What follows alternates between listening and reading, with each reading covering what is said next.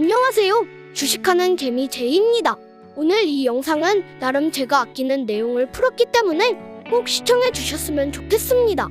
영상을 시작하기에 앞서 구독과 좋아요, 알람 설정을 해주시면 영상을 제작하는데 큰 힘이 됩니다. 영상에 나오는 종목을 따라하시는 건 자율이지만 매매의 책임은 모두 본인에게 있습니다. 오늘은 5월 23일 월요일에 할 단타 종목을 가지고 왔습니다. 바뀐 인트로는 좀 어떠신가요? 너무 똑같은 인트로만 사용하다 보니 지겨운 것 같아 한번 바꿔봤는데 목소리가 귀여우면서 살짝 킹받네요. 오늘은 주말이고 해서 매매에 대한 중요한 설명을 해드릴까 합니다. 요즘 시장에는 여러 가지 테마가 있죠. 현재 있는 테마를 본인 스스로 정리를 해두는 것은 매우 중요합니다.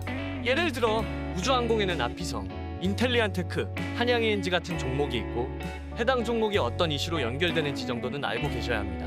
해배터리는 영화테크 정도 있죠. 어떤 이슈로 연결되는지 체크하셨다면 기본적인 재무라던가 매출 정도는 봐주시면 좋겠죠. 시장의 테마를 어느 정도 알고 어떤 종목이 어떤 이슈에 연결되는지 파악하셨다면 주식을 하면서 반드시 아니 매일매일 볼 수 있는 두 가지 경우를 나눠보겠습니다. 첫 번째는 악재가 발생하는 경우입니다. 악재가 발생하면 당연히 주가가 하락하고 일단 하락이 진정될 때까지 기다립니다. 여기서부터 매우 중요합니다. 바로 이 악재에 대한 판단을 해야 합니다. 첫 번째 해소될 악재인가? 두 번째 악재로 인한 주가의 상승 모멘텀이 훼손되었는지입니다. 만약 해소될 악재라면 별다른 고민 없이 1차 매수를 진행하면 됩니다. 두 번째는 주가의 모멘텀의 훼손입니다. 예를 들면 에디슨이나 쌍용인수 같은 종목들이겠죠. 그럼 개별 예시를 한번 찾아보겠습니다. 바로 해소될 악재에 대한 예시입니다. 종목은 FNF로 설명해 보겠습니다. 잘 가던 주가가 화살표 표시한 3월 14일에 장대 음봉이 생겼습니다. 이날은 상하이 봉쇄 때문에 관련주들의 급락이 나온 날이었습니다. 아까 도식을 떠올려서 판단을 해봅시다. 악재가 발생했고 해소가 될 악재인가를요. 영원히 봉쇄할 순 없겠죠. 전 세계가 리오프닝 중이니까요. 그럼 하락이 진정되면 매수가 가능하겠네요. 하락이 진정된 구간이 저 박스 구간 정도 되겠네요. 저기서 1차 매수를 하고 두 번째 박스 구간에서 2차 매수를 하면 분할 매수가 되는 것이고 현재는 수익 구간이 됩니다. 두 번째 케이스는 호재가 발생한 경우입니다. 이때도 보통은 두 가지 경우에 매수를 할 수 있습니다. 호재가 발생한 후 상승에서 꺾이지 않고 눌림이 나온다? C라고 표시해둔 부분인데 그런 경우는 기술적으로 데이 트레이딩 하시는 분들이 좋아하는 자리죠. 그렇다면 주가 상승 후 주가가 내려온 경우는 어떤 식으로 판단하면 될까요? 상승을 주었던 호재의 훼손 여부에 따라 결정합니다. 훼손이 되지 않았다면 분할로 비중을 모으면 됩니다. 바로 예시로 넘어가 볼게요. 첫 번째는 C에 대한 예시로 대한전선입니다. 데이 트레이딩을 하시는 분들이 좋아하는 자리입니다. 박스 쳐준 구간에서 매매를 뜻하죠. 첫 상승인 장대 양봉이 나오고 눌림이 나온 자리에서 매매를 하는 것을 뜻합니다. 이때는 손절을 잘 잡아주시면 좋겠네요. 제 영상에도 추천드렸던 종목으로 가져왔습니다. 제가 5월 5일에 올려드렸던 영상을 보시면 도움이 될 듯합니다. 기술적으로 매매를 하는 것이기에 손절을 잡아주시는 게 좋다고 생각합니다. 다음은 호재가 발생한 후 주가가 상승하고 나서 다시 주가가 내려온 경우의 매매입니다. 이런 경우 주가를 상승시켰던 호재의 훼손의 유무에 따라 매매를 결정하시면 됩니다. 해당의 예시로 어제자 급등을 주었던 미래나노텍을 준비했습니다. 미래나노텍의 경우 4월 19일에 2차전지 소재 사업에 700억을 투자했다는 뉴스와 함께 장대 양봉을 기록했습니다. D의 경우는 주가 상승 이후 주가가 원상 복귀한 경우, 즉 박스친 구간쯤에서 매수를 하는 것입니다. 제가 미래나노텍을 5월 2일자에 추천을 드렸습니다. 이때 매매 자리는 기술적 매매를 드린 모습입니다. 다만 이 상황들을 가지고 매매를 조금 더 활용하는 방법을 보여드릴까 합니다. 추천을 드리고 나서 주가가 손절가를 이탈하여 하락했습니다.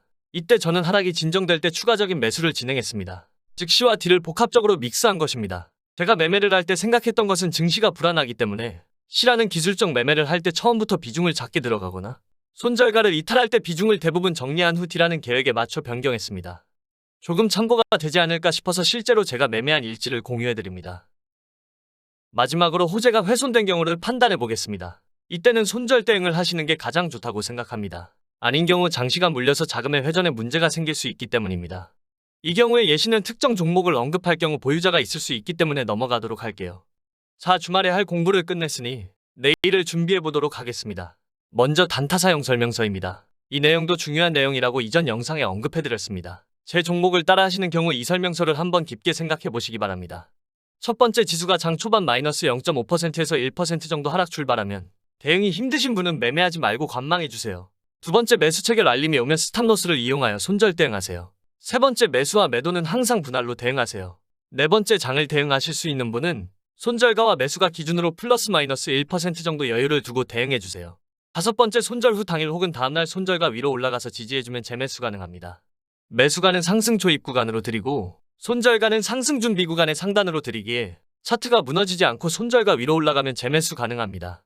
내일 매매할 종목으로 ENF 테크놀로지, MPC 두 종목 준비했습니다. 아무래도 주말간 바이든 방안이 있다 보니 해당 종목 관련해서 수급이 몰릴 가능성이 커서 보유자분이 아닌 경우 재미없는 장이 나올 수 있겠습니다. 첫 번째 종목인 ENF 테크놀로지의 경우 매수가 35,300원, 손절가 33,700원, 1차 목표가 38,400원입니다.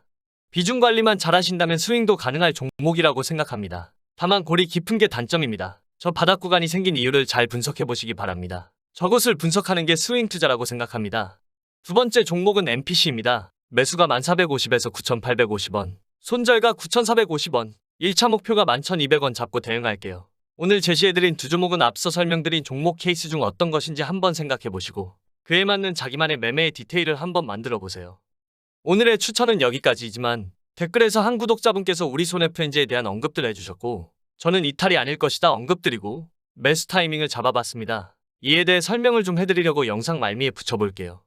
제가 추매를 언급드린 5월 17일에 매수가 되고 현재는 다시 급등을 준비하는 구간에 있습니다. 장대 양봉대 잡으셨어도 충분히 탈출이 가능하셨을 상황이죠. 그리고 영상으로도 제작해서 올려드렸었는데요.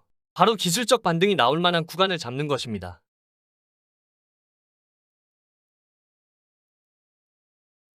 이후 2,480원 기준과 2,300원을 기준으로 보시면 딱 저점을 형성시켜주는 것으로 볼 수 있습니다. 해당 종목과 비슷하게 제가 언급드리고 싶은 종목이 있는데 바로 현대비엔지 스틸입니다. 제 영상에 차트 분석에 관한 내용도 있으니 추천드린 날짜와 이후 수익 실현하고 나서 흐름을 체크해서 봐주시면 우리 손FNG를 대응하시는 데 있어 공부가 많이 될 것 같습니다.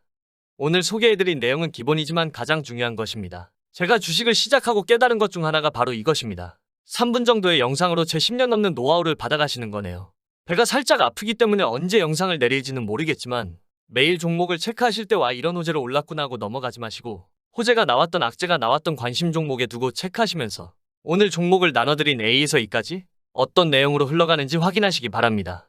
다만 오늘 보여드린 매매 기법 자체는 큰 틀만 소개시켜드린 것이기에 무작정 호재가 살았으면 다시 오른다고 했어라고 존버하시면 생각보다 큰 손절이 나올 때도 있고 아직 호재의 훼손 정도를 파악하는 게 느린 경우 뇌동매매에 빠질 수도 있습니다. 그러니 막연히 따라하지 마시고 매일매일 공부하시기 바랍니다. 언제든 공부하시다가 어려움이 있으실 때는 댓글이나 이메일로 남겨주시면 최대한 도움을 드리고 있습니다. 한 주간 고생하셨습니다. 좋은 밤 되세요.